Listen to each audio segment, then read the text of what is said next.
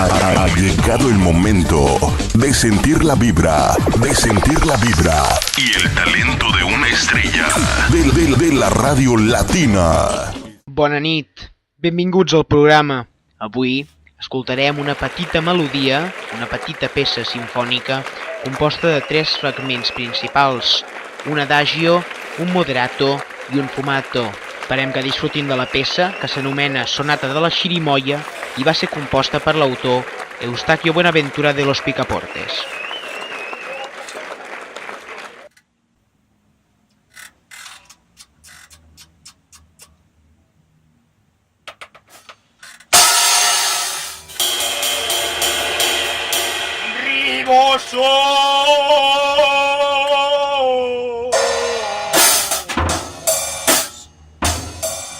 Aparell de Golgi, el reticle endoplasmàtic fuma por.